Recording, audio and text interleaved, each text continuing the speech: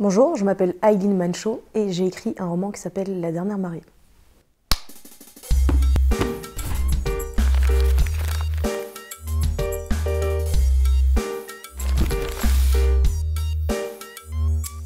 Bonjour à toutes et à tous et bienvenue sur Boîte à mots. Aujourd'hui nous sommes en compagnie de Aileen. Bonjour Aileen.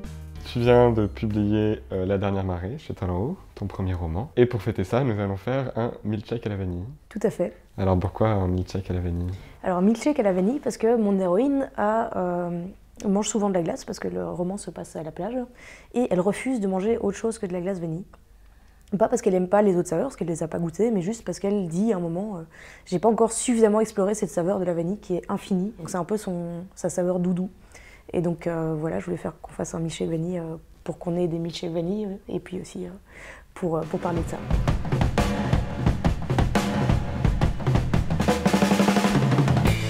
Donc pour faire un milkshake, j'ai de la glace. Je mets de la glace dans le mixeur. Je mélange avec du lait.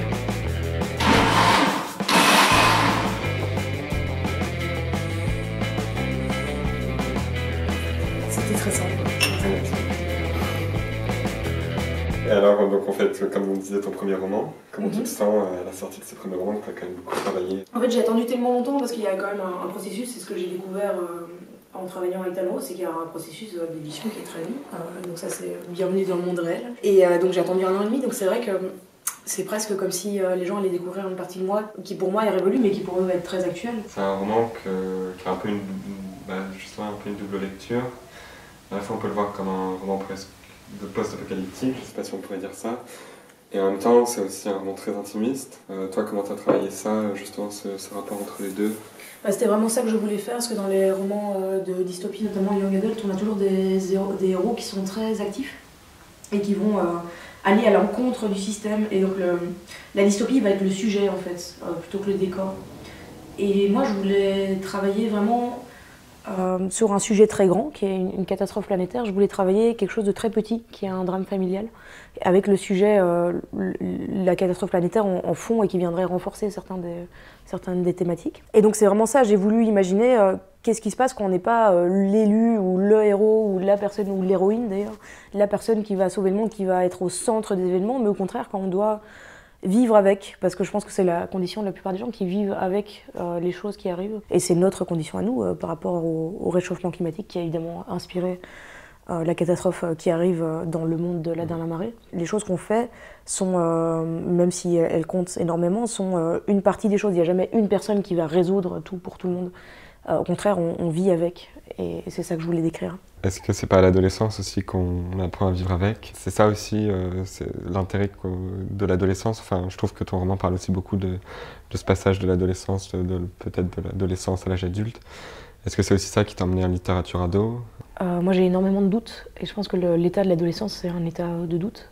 Et moi je suis en doute permanent. Alors je peux pas dire que je suis encore une adolescence, ce serait mentir.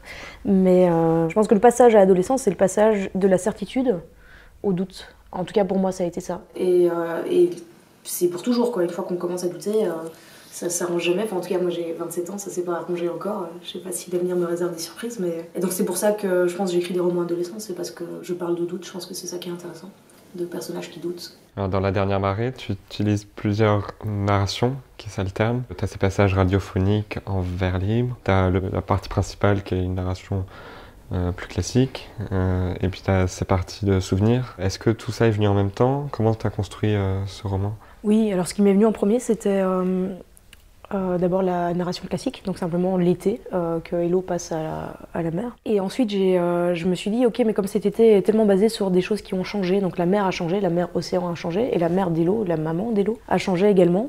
Je me suis dit, il faut montrer ce qu'elles étaient avant. Et donc j'ai écrit tous ces souvenirs qui sont des souvenirs centrés sur la façon dont Hello a appris à nager et ses étés précédents à la mer et les leçons de natation que sa maman lui donnait dans l'idée d'augmenter le contraste entre l'été des 13 ans d'Hello, où tout est bouleversé, et ce qui s'est passé avant.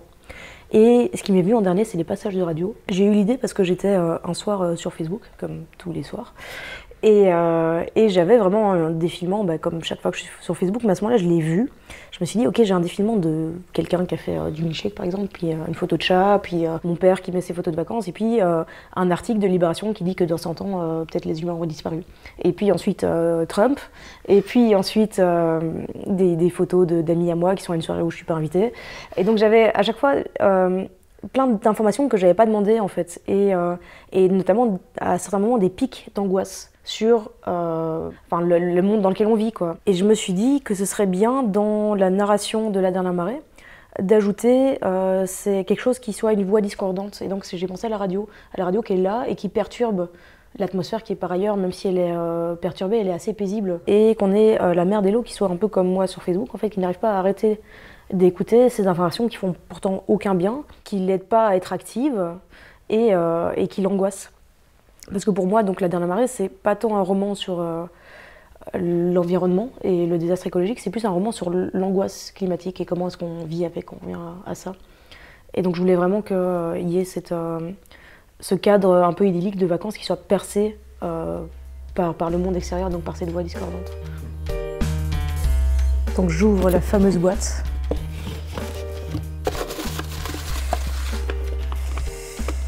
Et je tire le mot incontrôlable.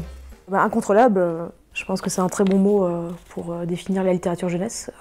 Ça va jamais là où on l'attend, il y a toujours des idées neuves.